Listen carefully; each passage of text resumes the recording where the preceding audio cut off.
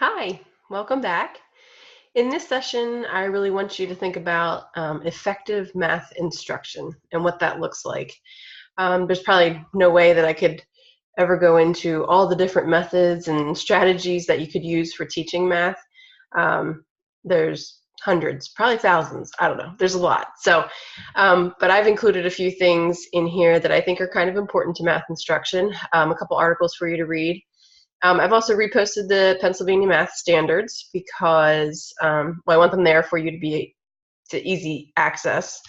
But the standards, they ground our instruction. That's where our starting point. But they allow us the freedom to be creative in the instructional process. I always tell my students that math is magical. It's amazing how, you can, certain things that you can do with numbers and tricks, and there's always more than one way to solve a problem.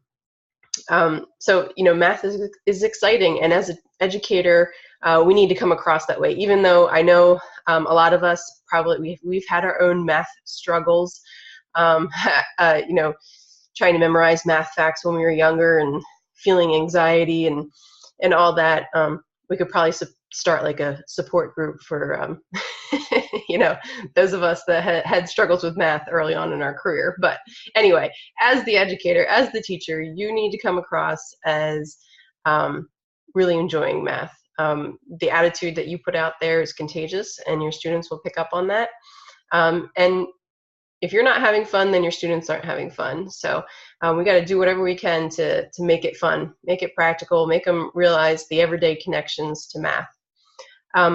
So I've included some more resources for making math fun through effective instruction, though.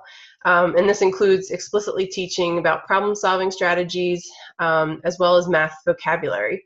I realize with math vocabulary that but I'll talk about that in the other video, but math vocabulary, it is important. However, there's a difference between like always associating one word with an operation. That's why the concrete understandings are so important for students before they move on to that more abstract type stuff, but we'll talk about that later. The other thing here is that developing number sense is a crucial foundational mathematics skill.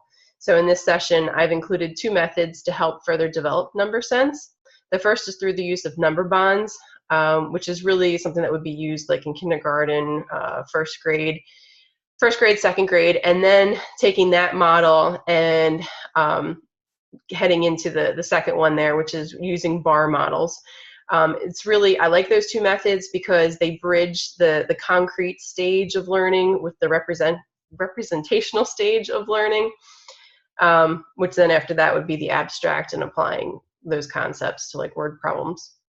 And then finally in this session, we wrap up by thinking about the diverse learning needs of our students and how pre-teaching and or remediation can support their learning. So I'll talk more about that in the other videos. But all right, I hope you enjoy what I've posted there for the week. If you have any questions about anything, please feel free to reach out.